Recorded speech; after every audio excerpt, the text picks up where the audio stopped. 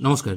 IRCTC থেকে অনলাইনের মাধ্যমে আপনারা যখন ট্রেনের টিকিট বুকিং করেন তখন যেদিন বুকিং করতে চান সেদিন কিন্তু বিভিন্ন রকম অপশন দেখা যায়।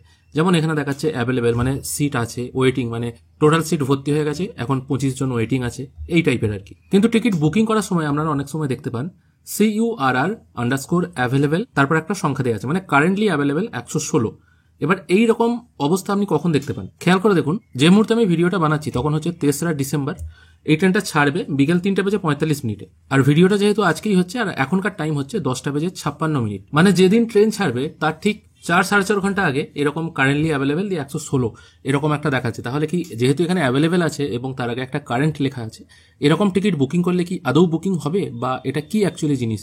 বা ট্রেন ছাড়া 4 ঘন্টা আগে তো মোটামুটি চার্টও তৈরি হয়ে যায়, তাহলে এখানে অ্যাভেলেবেল কি হিসাবে দেখাচ্ছে? তো এগুলো আপনাদের জেনে রাখা দরকার। সাধারণত দেখা যায় একটা ট্রেনে কিন্তু বিভিন্ন রকম কোটা থাকে, যেমন এখানে বিভিন্ন কোটা আছে, লেডিস কোটা, সিনিয়র সিটিজেন কোটা, হ্যান্ডিক্যাপ কোটা, ডিউটি পাস, তৎকাল, এরকম বিভিন্ন রকম কোটা থাকে। এছাড়া আরও কিছু কোটা থাকে যেগুলো কাউন্টার থেকে পাওয়া যায়, অনলাইনে সব কোটাগুলো কিন্তু অ্যাভেলেবেল থাকে না।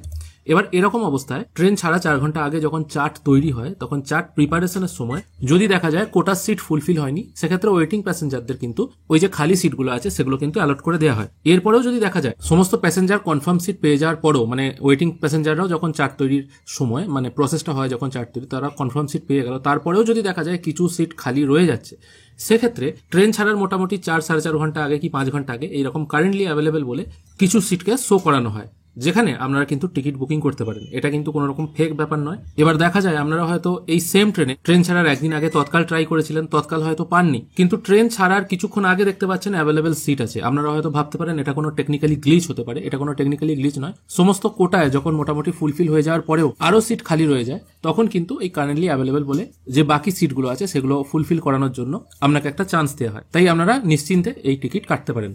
এবার প্রশ্ন হতে পারে, যেহেতু এটা তৎকালের মতো বা ট্রেন ছাড়ার কিছুক্ষণ আগে হচ্ছে, তাই এখানে কি বেশি টাকা লাগতে পারে? না, এখানে একই টাকা লাগবে। এখানে দেখুন 70 টাকা ভাড়া দেখাচ্ছে।